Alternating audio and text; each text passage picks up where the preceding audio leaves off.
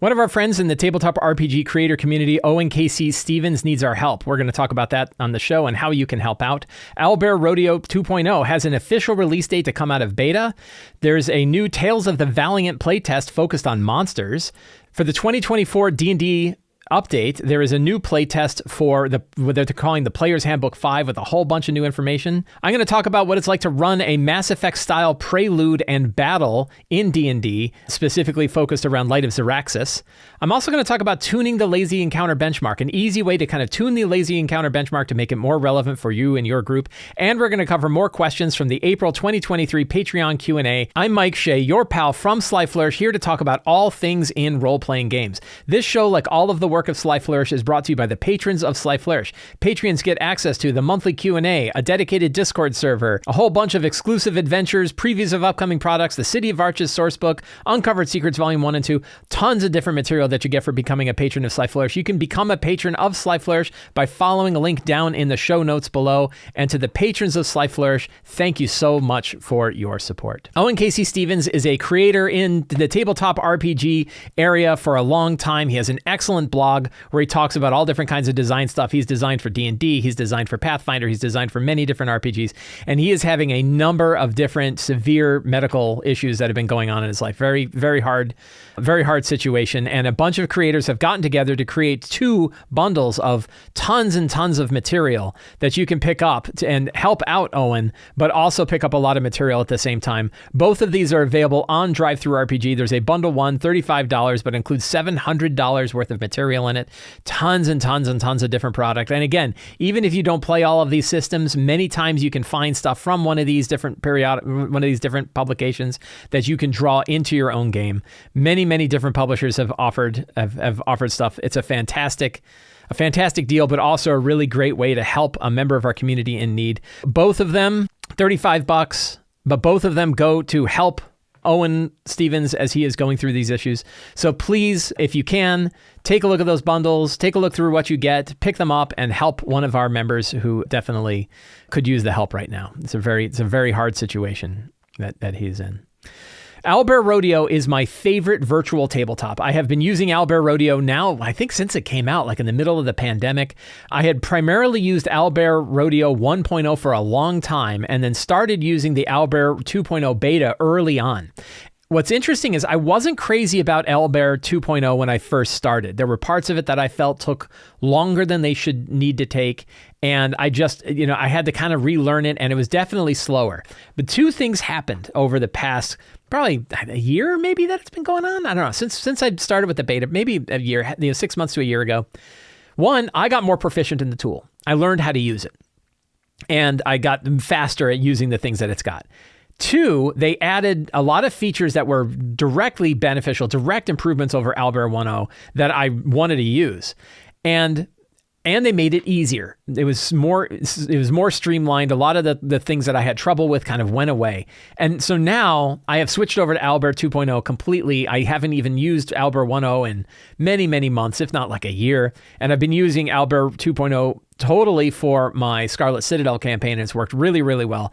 I like it very much. I'm paying for the one that gives me extra space so I can store my material there. You don't have to pay for it. You can actually run a free version, but I think the assets and stuff that you upload, I think those eventually get cleared out if you don't pay for it. So I'm paying for a bundle which gives you some space and lets you store maps and tokens and everything else that you need. And it's fantastic. So the release date for that is in July. July is when it's going to go official. And what that means is they're going to take down Owlbear 1 and replace it with Owlbear 2. All of your stuff from the beta will be redirected, so that should all be smooth, and then all of the rest of us will move to Owlbear 2.0. One interesting thing is that they plan to, I don't know when they're going to do this or how, but they plan to take Owlbear 1.0 and make it an open source software package so that if you want to host it and run it and use it, you can. One of the neat things about Owlbear 1 is it doesn't require any server-side hosting. You can host the application itself, and when people download it, their local machine is what stores all the assets. And their local machine is also what streams those assets to other players. So that means that all you need to do is kind of put this up at a site, and anybody can download it and use it and work with it. So that was a really neat feature of Owlbear 1. And I'm hoping that they do go through the process of making that open source so that other people can host it.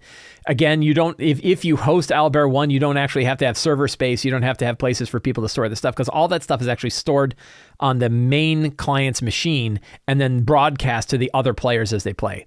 I'm eager to see it go. I'm eager to see Owlbear 1.0 go into open source. And two is I'm eager to see Owlbear 2.0 become the new standard, because I've been using it for a long time and I really like it. Over on the Owlbear Rodeo YouTube channel, you can find a link to that down in the show notes below. There are a whole new series of Owlbear 2.0 videos to get you ramped up and to show you how they work. I haven't gone through them all yet. I specifically want to go through, I want to watch them all, because I bet you there are ways that I'm using it that aren't that efficient, and that by understanding how the creators built it and the kinds of ways that it's meant to be used, I'll bet I'll be even faster at it. So this is one of those things where like it's worth a little effort up front to learn more about how Owlbear works, because then we'll be that much faster when we're using it at the table. But I'll tell you, just by monkeying around with it myself, I still find Owlbear 2.0 to be an excellent virtual tabletop, my favorite virtual tabletop. So I wish them all the best. This is such a fantastic tool. I noticed that Kelsey from the creator of DriveThruRPG and Arcane Library, that she uses Owlbear Rodeo when she's running DriveThruRPG, which I think is really cool. So it's definitely, it's an underdog like of the VTTs. And I don't think anybody's really looking for it to be like bigger than Roll20 or anything like that.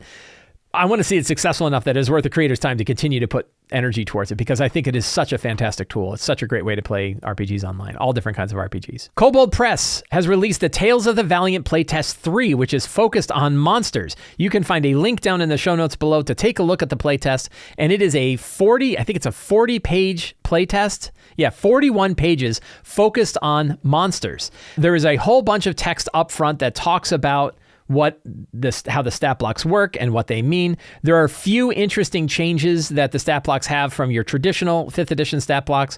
One of them is this idea of tags, that monsters have certain tags. These tags could correlate or could connect to different abilities, so that if you're facing a chaotic creature, it could be different than if you're facing something else. You could have a weapon that does extra damage versus chaotic, stuff like that. That's an interesting idea.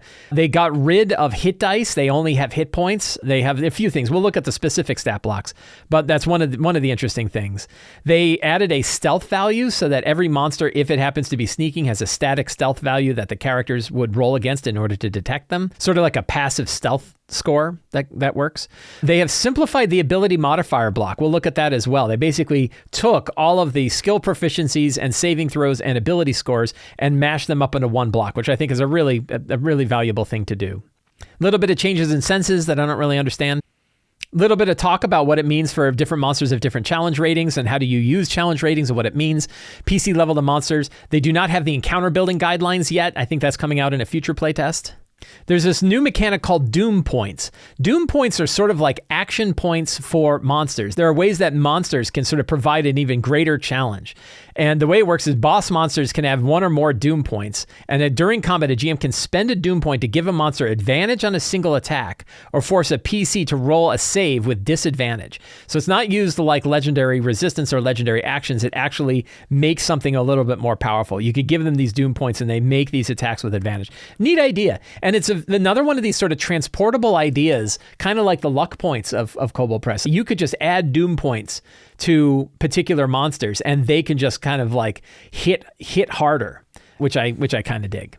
It's a neat idea. We'll look at that. One thing you'll notice from the stat block is that all of the monster damage is just a static score. They do not have a dice equation next to the damage. And it was to simplify monsters and make them easier to run and kind of lean towards the style of running a monster that I happen to really like, which is using static monster damage. I've been talking about and promoting static monster damage use for a long time. Ever since I've been playing 13th Age, I was like, oh, this is so much easier than rolling dice for monster damage. But definitely I'm in the minority, and I recognize that like a lot of the people that look at this are going to be like, wait a minute, I like rolling for monster damage. My general feeling is 90%. I have a feeling they're going to get pushback on this. But what they do is they have a table up front that says, if you want to roll damage, just go down this list and say if they do 14 damage, roll 2d12, or, this one, it all looks like it's the same. That's weird. I don't know why they have tiny, small, medium, or large, or huge. You really don't need that. You could really just consolidate this because it looks the same for most of it. Right? Like I don't notice any difference. There are very few differences. Like why is it if it does 4 damage, you do 1d4 plus 1? which averages to 3, or 1d6 plus 2, medium to large. Strange. So I would actually think that instead of having, you only need one table for this. I think I don't know why they have 3 tables for this, but I think a lot of people are going to say, like, I want the dice equation back in the monster stat block. It would not surprise me if they end up having to pull back on that. But personally, I'm good with the static monster damage. So let's look at a few actual creatures here. So like of the straightforward creatures, most of them are very similar to what they have. They all have like a little bit of a small tweak, just a little thing that makes them slightly different. So you have your animated armor, which is challenge rating. Where is the CR? CR1, and it has 18 AC, 39 hit points, so pretty hard to hit and a fair number of hit points. One thing is they combine the immunities and resistances into just 2 lines, so there aren't immunities and resistances split out by damage type or by condition type, that they're all the same. Vulnerable to acid, that's kind of fun, that you can burn an animated armor. And it has this like bonus action, piecemeal repair, when it's at 19, so essentially when it's at half its hit points, the animated armor regains 5 hit points. In this one, it's like this thing's already going to be hard to hit, already has a lot of hit points, and you're giving it more hit points. It's just going to be kind of a pain. It also doesn't do a lot of damage, plus 6 to hit, 7 damage, which at CR1, it's about right, I guess. That's a little light on damage, a little high on defense. So those are kind of, that's an example of a small one. Let's look at like a Bugbear champion. And you can see where like the abilities, now you just have this one ability block. You don't have to have a separate one for skill proficiencies. You don't have to have a separate one for saving throws. If they make a wisdom save, you just use this. If they're trained, they will add their proficiency to this automatically. So that's really nice. And this one actually has a Doom point. So the Bugbear Champion has 1 Doom point, which you can expend it to use a standard Doom options or the Clobber action. So it actually has these like special actions. This is not a legendary monster, but it's kind of a boss-like monster. Clobber, Bugbear Chief can spend 1 Doom point to turn a missed attack into a hit or a regular hit into a critical hit. Brutal. That's brutal. And it's got this surprise attack thing, extra 7 damage when it surprises. So that's kind of an interesting thing. It's neat that you can take Doom points and apply to monsters that aren't legendary. When you start to apply Doom points to legendary monsters, well, now I've got another thing I have to track. I already have to track legendary resistance. I have to track legendary actions. And now I have to track Doom points as well. I worry that's a lot of stuff for me to have to, it's a lot of stuff for me to have to worry about. So, I don't know. I don't know how that's going to play out. We're going to see. And let's take a look at here's like a Husk Demon. Let's take a look at the Husk Demon. CR4, 110 hit points, AC 15, immune to necrotic, no resistances. Again, you can see like Dex is 5, Wisdom is -1, all that kind of neat thing. Doom points, 1 Doom point. And it seems like the Doom point can do this thing, but many times when it has a Doom point, you can also do another thing.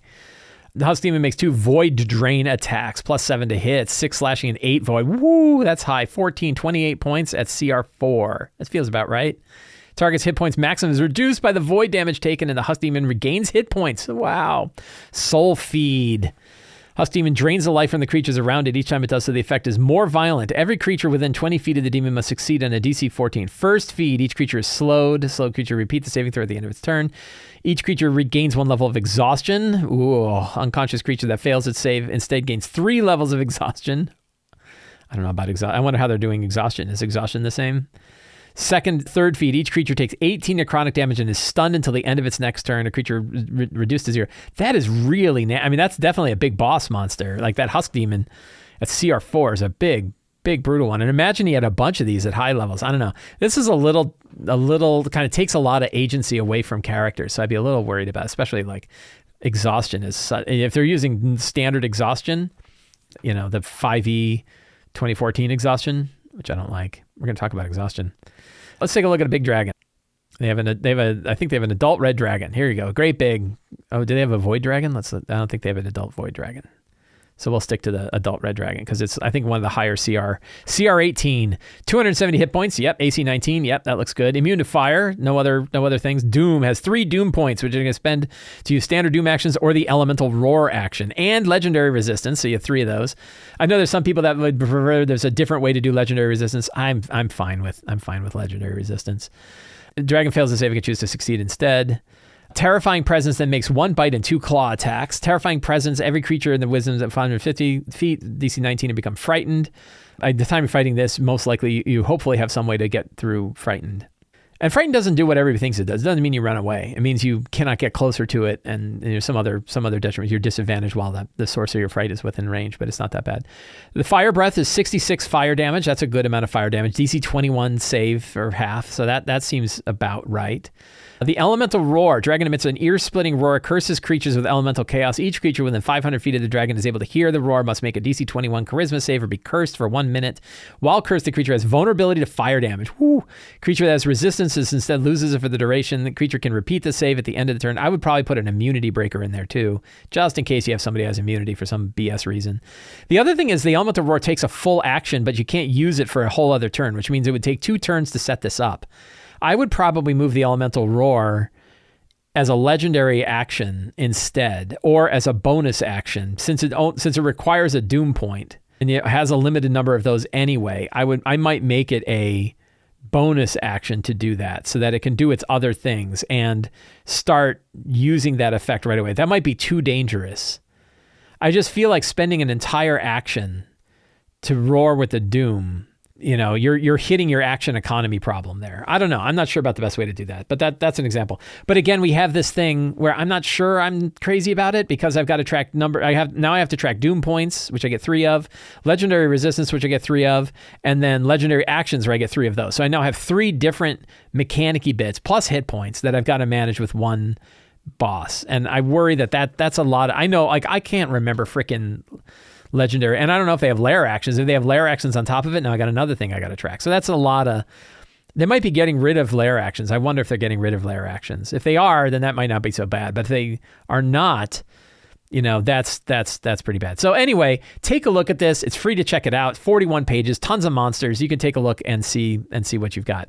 One of the interesting questions, somebody brought this up when we were talking about this before I started the show, is like, is this enough of a change that makes it worth buying a whole other book? Certainly right now it does. The big question is, at the end of 2014, the end of 2014, we're going to have 6 different highly produced 5th edition basic monster books that are focused on the core monsters. And those 6 books include the 2014 Monster Manual, the 2024 D&D Monster Manual, the Tales of the Valiant Creature Book, the C7020 Creature Book, the Level Up Advanced 5e Creature Book, and Flee Mortals. That's 6 different monster books that are all going to, you're going to have 6 different types of goblins across all of these. Now, if you just love monsters, and who doesn't? I love monsters. I'm going to definitely have all of these. Like, I'm buying all of them.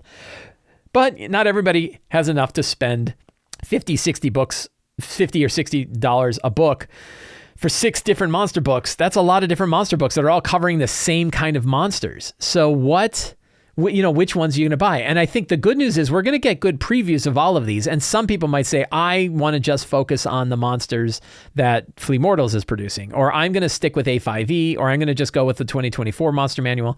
So it's a big question of which one of these you tend to like more, which one you want. And we'll see what that looks like. Now, the Kickstarter that Kobold Press is going to do is going to happen before the 2024 Monster Manual comes out. So that'll have an effect. Of course, we don't know when Wizards of the Coast is going to be putting out their Monster Manual for playtest. So we're going to see. But we're going to have a lot of different variants of a lot of different monsters. And that's going to be interesting. And we're going to have to look at it. And I don't really have an answer to it until they're actually out to say, like, well, which one of these monster books is the best? Particularly because they use the same monsters. Right now, I've been using Level Up Advanced 5e for a lot of monsters, and I like them. There's definitely a lot of really interesting design things that I like in the Kobold Press monster book.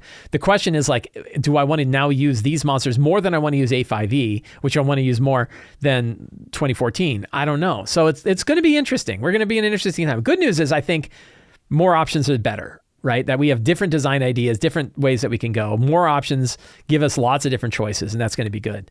We'll see. I think it still makes sense for Kobold Press to be doing a book like this, because between this and their player's book, they will have a complete 5e package that they control from top to bottom. They will have designed every aspect of it from top to bottom, an entire 5e system that is all their own. They are the master of their own domain.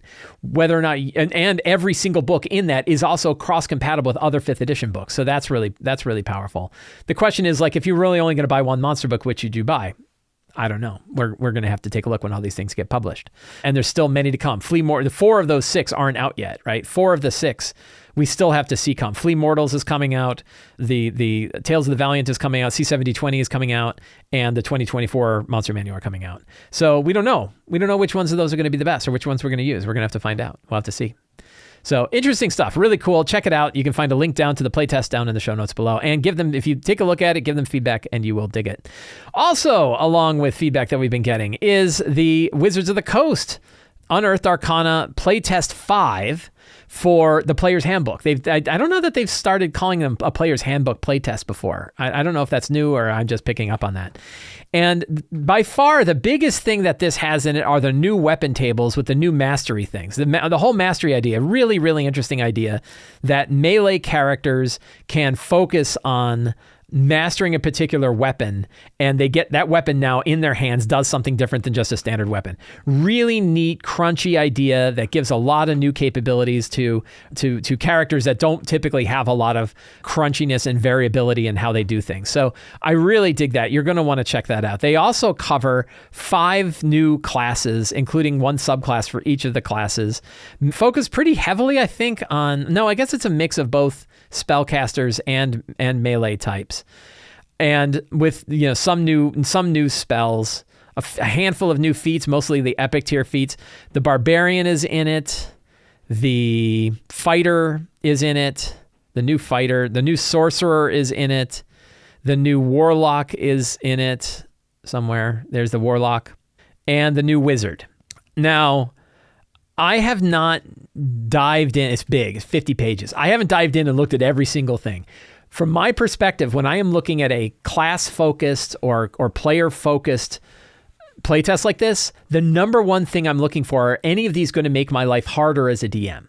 I don't know. And I haven't seen anything or heard anything that says, oh yes, it's definitely going to be worse for DMs if this makes its way in. It's something I'm going to have to read and to dig into and to get other people's opinions on.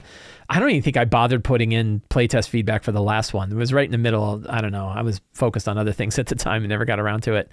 So there is there isn't a monk yet. So we haven't seen anything. We haven't seen anything in the monk. But the big question is, are there any other features that they've put into here? And ideally, it'd be really great if they made life easier as a DM. Can't have everything. But certainly, please don't make my life harder. Don't add new actions. Don't add new things that stack on top of stuff. Don't add lots of new die rolls. There are definitely things that have been released in recent books that made my life harder as a DM. Don't do that, right?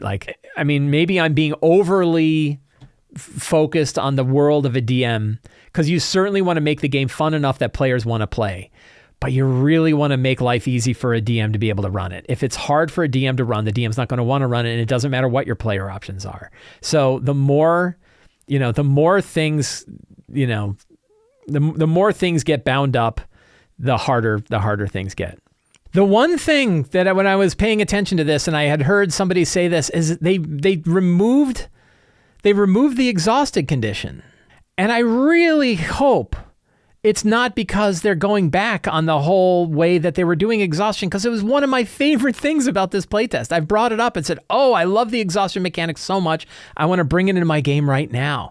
And I really do. I loved the way they were handling exhaustion. So why did they remove it from this entry? It's not clear. Did it not work? Are they going to go back to the crappy exhaustion? Why is that removed? They're not saying, and it bothers me. I would have been nice if they had a little, given how popular it was and how much people talked about it. I'm sad that there's not a little design thing that either explains why you would take away what I thought was the best change in the conditions that I had seen. I don't know. I really hope they're just, I don't know what they're trying to do. But I hope they're not taken away, because I really, really liked it. It's so bad I might just house rule it anyway, because that would be really annoying. So anyway, 50-page playtest. You want to check it out. There is a link down in the show notes below. You probably already got word if you're interested at all. But check out the Player's Handbook Playtest 5 for the 2024 edition in particular. And if you are a good, careful reader of this, in the comments, please let me know if you see things that are in here that you feel are making life for a DM harder, and explain why. That's what I'm really interested in. If you're a patron, please bring it up in the Discord chat so we can talk about it there as well. That's what I'm most interested in. Are things making life for a DM easier, or harder. I am really hoping that they make life easier. If you see areas in here that are making life easier, the exhaustion mechanic was an example of something that made life much easier for DMs. It's way easier to track, way easier to remember, ways you can use it in lots of different ways. It was way less detrimental to players. It was a fantastic way to do it. But what are other ways? And are there things in here that are making life harder? That I'm really curious about. Leave a comment. Let me know if you find anything in here you think is bordering that territory, because I'd like to know. I have been running the adventure Light of Xaryxis from the Spelljammer box set, and I really like the adventure a lot. I've had my criticisms about the Spelljammer box set, mostly that I would have preferred a lot more setting material than it had, but I have been enjoying the adventure. It's a really straightforward, episodic adventure, kind of deep space, fun D&D stuff. My players have been enjoying it. I've been enjoying it. I've liked the story as it's evolved. I wasn't totally crazy with like the final couple of chapters. We're actually coming up to the final game. The final session is going to be coming up in a couple of weeks for that game for me. And one of the things I did that I really enjoyed and wanted to share is this idea of a Mass Effect style prelude to war. So in the video game series Mass Effect, there's Mass Effect 1, 2, and 3. There are a couple of aspects from Mass Effect that I grabbed onto and I used in my Light of Xaryxis game that I think you can actually use in other role-playing games too, and I wanted to share them. So one example is when you have a game where you have a bunch of different NPCs that the characters have met and have been introduced to, and some of them come in and some of them fade away, but you're keeping track of these NPCs. When you're starting to get close to the end of your game, it's kind of fun to have sort of a prelude to war where all of the NPCs have an opportunity to get back together and the players have an opportunity to interact with them once again. In the game Mass Effect 3, I think it was actually an added patch. They had an event where they had sort of a garden party, some kind of big event where all of the NPCs that you'd been with and that you'd connected with throughout 3 games got together and talked to you, and you could have these final conversations with them and sort of tie off any loose ends, finish the last sort of discussions that you have this final bit of closure with each of the NPCs before you go right into the final battle, before everything goes in the directions, and potentially before they all die. In my Light of Xaryxis game, I actually did this, right? A bunch of NPCs that are on the ship. I had a scene where it's sort of they had the opportunity to talk to all these NPCs, and I gave each of the NPCs a little hook, a little reason to talk to one of the characters, so that while the characters were kind of finishing up and getting ready and doing their stuff, the NPCs were coming to them, or the characters would run into the NPCs. And I had fun things like 2 characters that were, a former couple got back together again, and the players sort of saw that happen. One of the NPCs would come to the characters and give them a gift. Lots of different things that I did to get the NPCs to sort of reconnect with the characters and give the players the option to connect back to them. And I made it clear to the players, like, as you're kind of interacting with these NPCs, this might be the last time you see them. Even if the war goes in a good direction, it might be the last time that you're really going to connect with all of these people again. So it gave them an opportunity to kind of choose which ones they wanted to role play with, choose which ones they wanted to talk to, and that really worked well. Then the other part of it was actually creating the war, in which case, in this part, we had many, many different spell-jamming ships that were invading the Xaryxis the Xaryxis Citadel, and all of the Xaryxian ships were coming the other direction. There was this great big war, and it's like a lot of people are really looking for like a heavy mechanics way, and actually the book has a tiny little bit of like how to figure out which ships are getting destroyed and which ships are not, and I wanted to handle most of that in the narrative. But the one part that I thought was really important was deciding which of those NPCs might be at risk and which of them might die. And what I did is I said, basically, there are 3 different specific missions that the characters can go on during this war. All 3 of them have different advantages. One of them might be getting ahead of the villains to get to the Temple of Light before the villains can fully set up a defense of the place. Another one is rescuing another NPC who has been captured and might be sacrificed before they manage to get there to save them. And a third would be like destroying the command ship to disrupt the organization of the enemy side. And the dirty trick is they can only do 2 of them.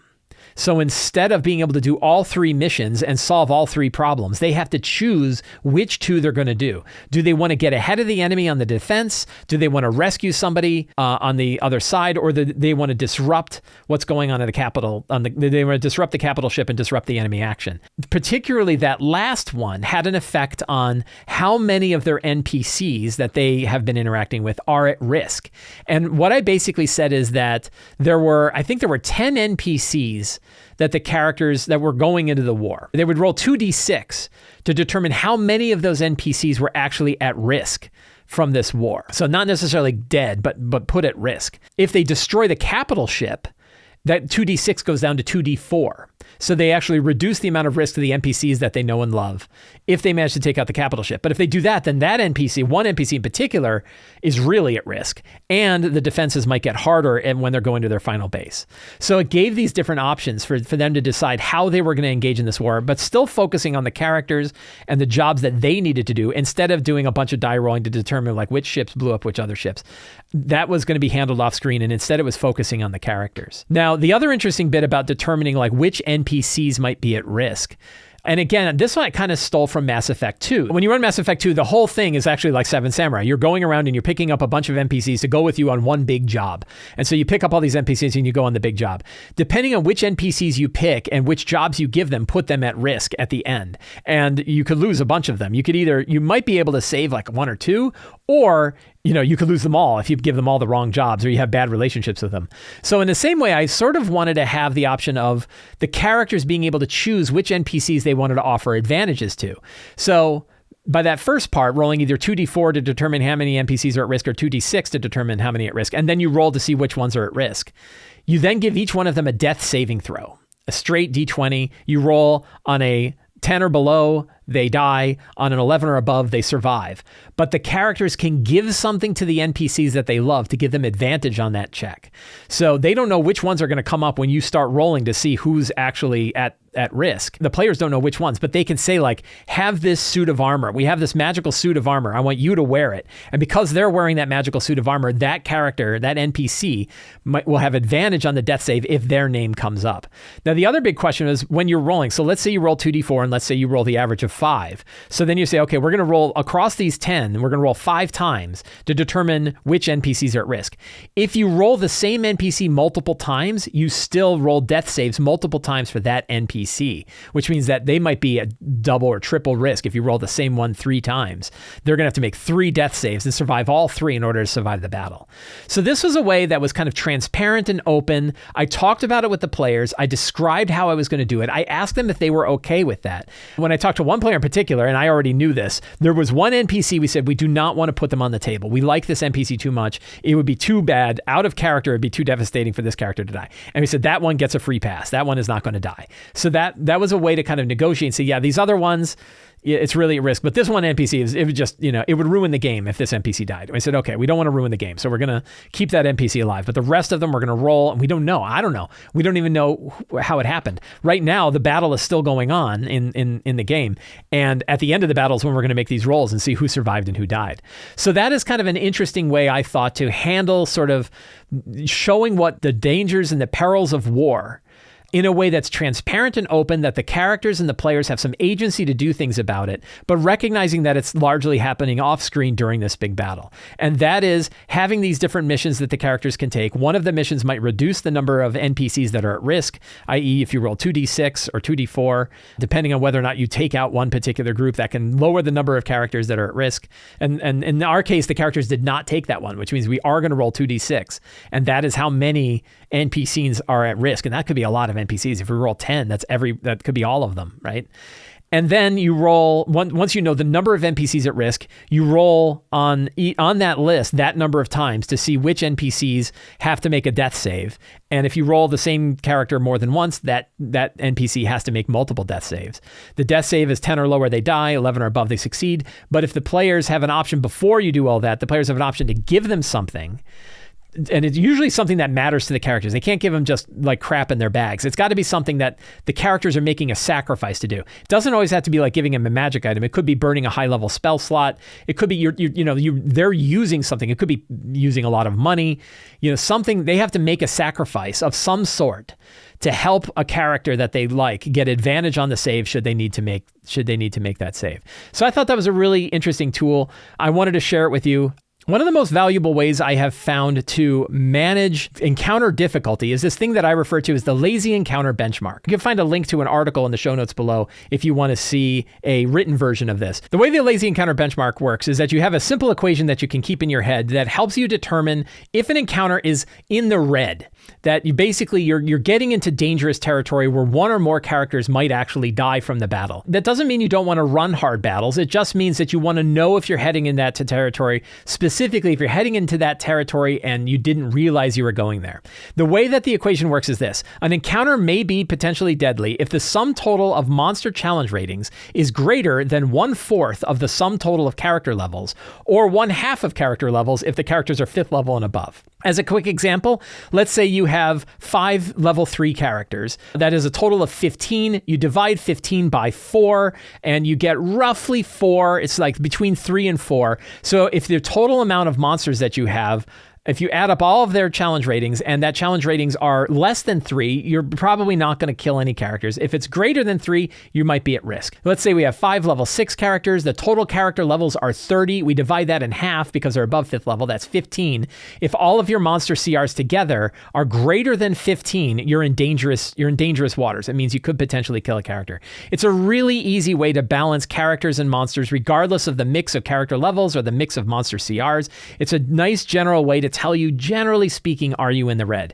But sometimes that encounter benchmark might not work perfectly for your group. Either the group has like companion NPCs that are along with them, or tremendously powerful magic items, or maybe they actually don't work all that well tactically together. So maybe they actually tend to, it's easy for them to get overwhelmed. The easiest way to tune the lazy encounter benchmark, and the main tip that I wanted to offer today, is you can use the same lazy encounter benchmark by either adding or removing a character from the game. So an example is, let's say those 5 level 6 characters are just destroying creatures left and right. It's really, you really look at these 5 level 6 characters, like these guys are punching way above their weight class. Pretend there are 6 characters. So now instead of a lazy encounter benchmark of 15, it turns into a lazy encounter benchmark of 18. You basically move the dial up, and you did it by just adding another character. Let's say those 5 level 6 characters, let's say one of them is continually working with a summoned companion, and that companion is really, really powerful. And you think it's kind of like adding it. Just add a 6th character. They're still at a 6 character, it's still 6th level. So now you have 36 instead of 30, and half of that is 18. So now your CR benchmark is 18, and you can keep doing that. Let's say you add a 7th. Oh no, 2 of these characters are really powerful. The monk is stunning everything that comes out. The mage is always casting banish or whatever. You can just keep adding characters that are roughly the average level of the rest of the characters and add them onto the end, and that keeps pushing the benchmark out. Now you might be thinking, what, it's better to just raise the level, that instead of treating them as level 4, you treat them as level 5. The problem is, because the lazy encounter benchmark has this big jump between 4th and 5th level, you could inadvertently push the whole thing too far. If there were a bunch of level 4 characters, but you treat them as 5th level, well, now you're going from 1/4 of the sum total of character levels to 1/2. So you're really better off just adding characters, just add new characters to it if you need to increase the benchmark. And the same way in reverse.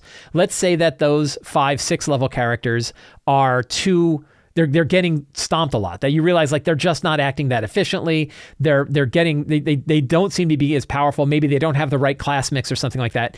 Instead of treating them as 5, you could treat them as 4. So now you just basically remove one of the characters from the equation, and now you have 4 6th level characters, which is 24. Half of 24 is 12. So instead of a deadly encounter benchmark of 15, the benchmark is now 12. You've moved the needle to the left a little bit. So that's a really easy way to take the lazy encounter benchmark, this relatively simple equation that tells you how, is my battle heading into the red or not?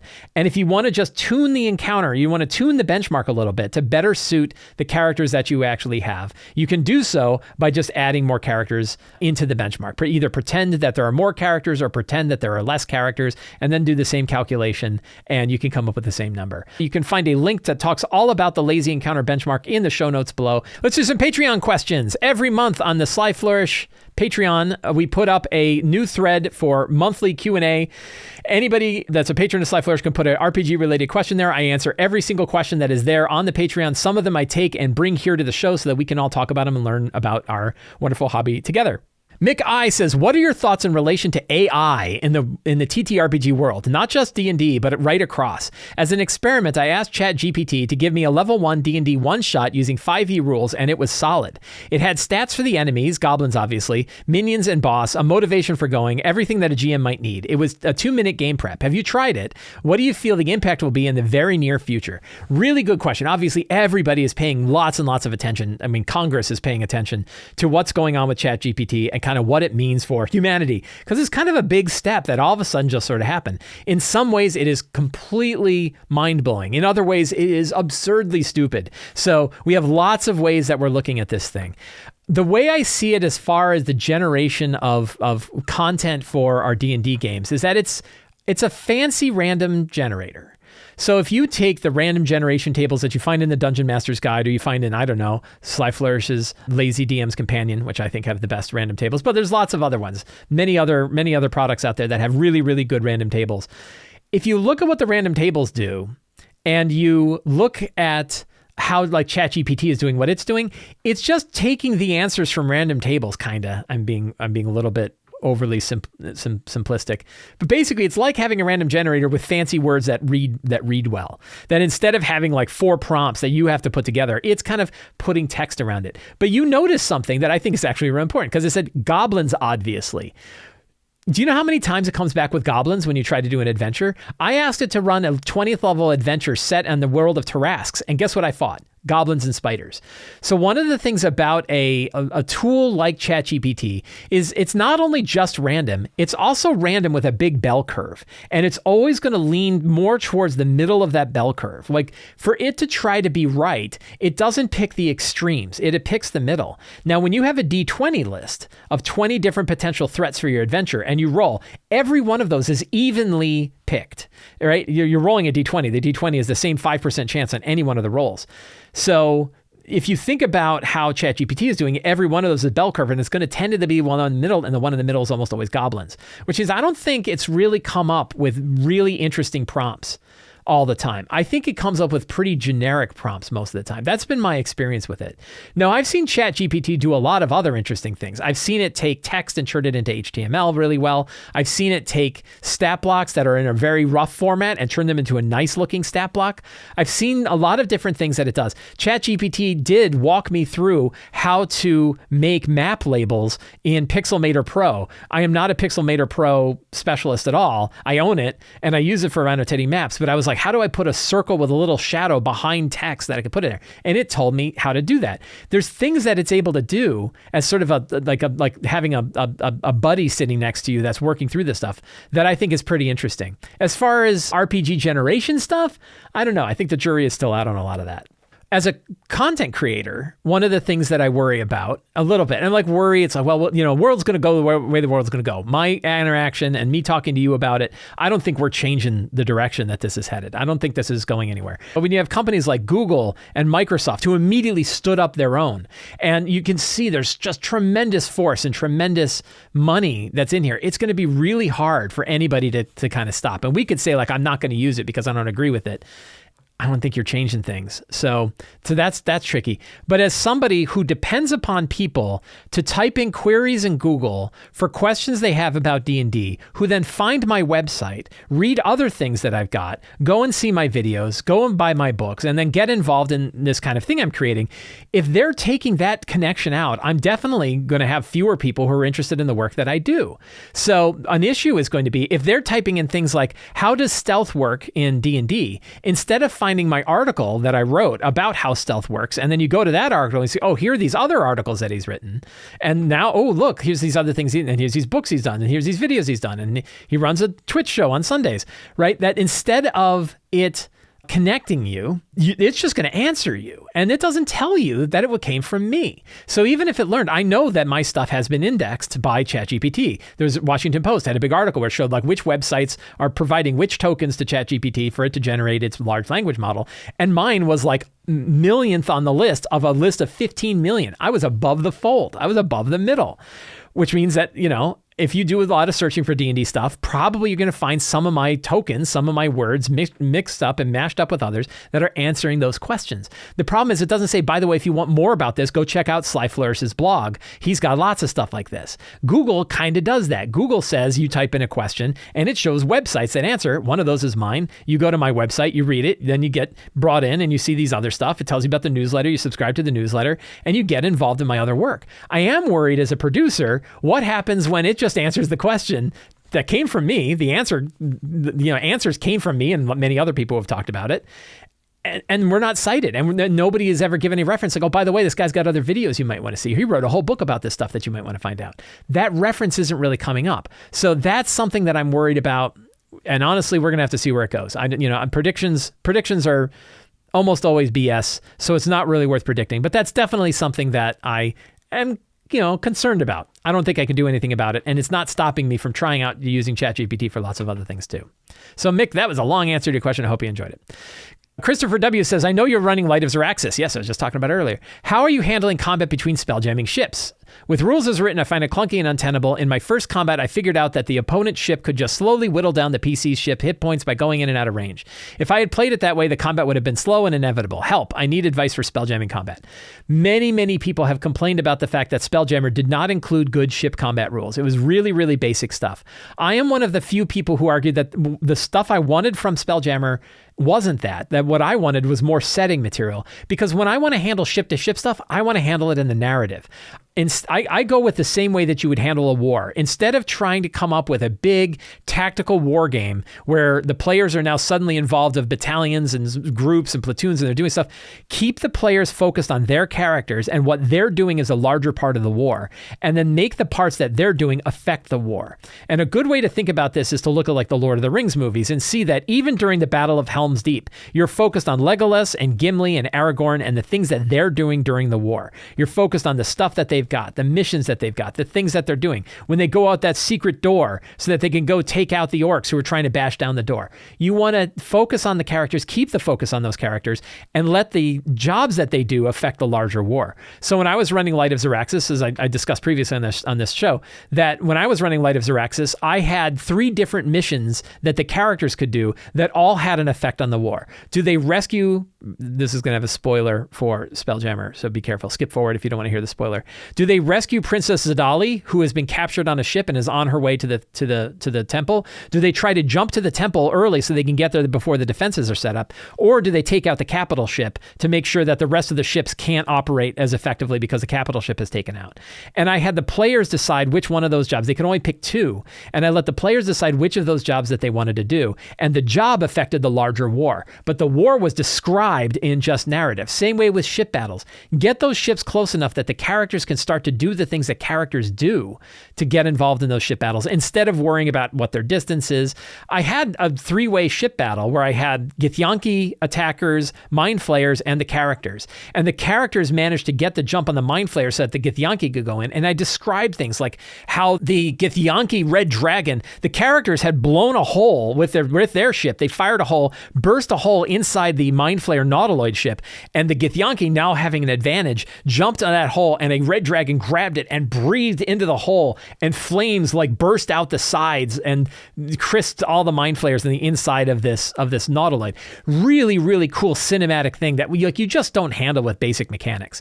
So that is, I think, focusing on the characters, giving them interesting choices that they can make to move the battle in one way or the other is a more interesting way to go than worrying about specific tactics for ships.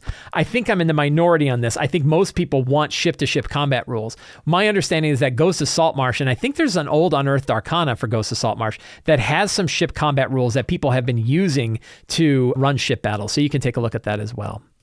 Blake says, I'm having issues with my group running after the shiny new toy each session. Instead of following up on threads from sessions before, for example, I am running Rime of the Frostmaiden and my characters are level 3. I had Dazan's Journal mention Revel's End and Valus just to lay out more foreshadowing, and the characters immediately want to go there. Meanwhile, there are plenty of other quests I have mentioned that they have seemingly no interest in 10 towns. How do you tell your players that going to Revel's End at level 3 is not a good idea without feeling like you're railroading them? You are railroading them. So if they have the option to go to Revel's End, what's wrong with them going to Revel's End? One of the things that's going on is the players are telling you what they're interested in. And there's like, all this town crap is boring, but Revel's End sounds really cool. It's up to you to kind of move it down and say, like, if they're only level 3, give them a job along the way that gets them to level 4. Once they're level 4, they can pretty much handle most of the stuff that's going on there. I don't think anything that happened in Revel's End is so high level that like being level 3 is really too high.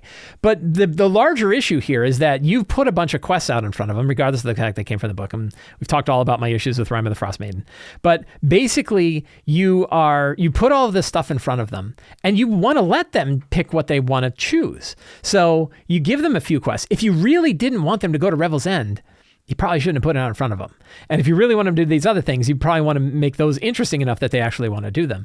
But it sounds like the group is saying like, no, what's happening in Revel's End is kind of a bigger part of the story, and doing these odd jobs for the town folk is really not interesting anymore.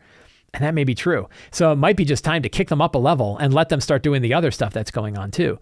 But I think when the players, when players are doing that, when you're putting stuff out there and the players are showing you they're interested in something, you really want to lean that way. Now, I've definitely had times where like I steer them back, and you can't always say, hey, I'm going to pause for a minute. You're probably not ready to go to Revel's End. But you probably will get there soon. You think you have to do another couple of jobs for the people around town before you can go there safely. You could say that. You could also do some BS of like, oh, there's a huge snowstorm. You'll never make the Revel's End until that snowstorm passes, and the snowstorm doesn't pass until they do one of the other jobs. You could do stuff like that. That is railroading. You basically did say, hey, here's this other direction that they could go, and now you don't want them to go there. So I think it's worth thinking about, well, how do you restructure things? This is like paving the paths in the quad, right? There's that famous metaphor of you go to the quad in the campus and you see all the paths that all the students walk to get from one building, and that's where you pave your paths. I think it's an actual true metaphor. Instead of trying to pave like a nice clean path, they're just going to cut across it anyway. So look where the grass is dead, pave the path there. Same way here. When the players say they're interested in going some way, pave the path to go that way. Give them, and then try to figure out why was it? What were they interested in about that made them want to do that more than these other ones? How do you take whatever that kernel was that made it more interesting and apply it to other places so that they're willing to go those other places too? So Blake, I hope that helps. How are we on time? We're past an hour, so I'm gonna call it there. Friends, I want to thank you all for hanging out with me today while I talked through all things in RPGs. I hope you enjoyed this show. If you did, you can find more of my material by signing up for the Sly Flourish newsletter. It is absolutely free to do so. You can find a link down in the show notes below. You get a free Adventure Generator PDF and a free weekly related article sent directly to your inbox. You can also join the Sly Flourish Patreon. Like other patrons here, you can ask questions on the Patreon Q&A. You get access to a dedicated Discord server. You get a whole bunch of different exclusive material, video previews, tons of stuff that you get for becoming a patron of Sly Flourish, and you help me put on shows like this. Or you can pick up any of my books, including Return of the Lazy Dungeon Master, the Lazy DM's Workbook, and the Lazy DM's Companion. All of those are available. All the links for all of those are down in the show notes below. Thank you all very much. Have a great day, and get out there and play an RPG.